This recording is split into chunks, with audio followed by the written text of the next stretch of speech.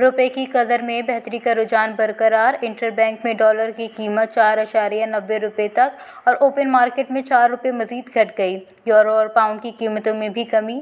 Forex association की जारी करदा रिपोर्ट के मुताबिक जुमेरात को इंटरबैंक में डॉलर की कीमत खरीद 4.90 रुपये की कमी से 221.40 रुपये से कम होकर 216.50 रुपये और कीमत फ़रोख्त 4.60 रुपये की कमी से 221.60 रुपये से कम होकर 217 रुपये हो गई।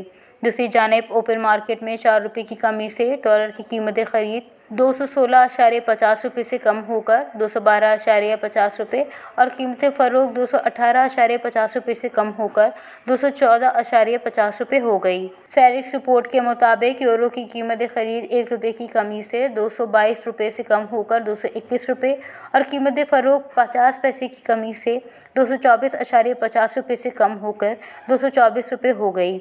जबकि 92 पाउंड की कीमत खरीद 2 रुपये की कमी से 262 रुपये से कम होकर 260 रुपये और कीमत फ़रोख्त 265 रुपये से कम होकर 263 रुपये हो गई। डीलर्स का कहना है कि डॉलर की डिमांड में नुमाया कमी के बायस रुपये पर दबाव कम हो रहा है, जिससे रुपये की कदर बतदरीज बेहतर हो रही है। इस माह के आखिर तक IMF से किस्त के इजरा से करेंसी मार्केट में मज़ीद इस्तेहकाम आएगा।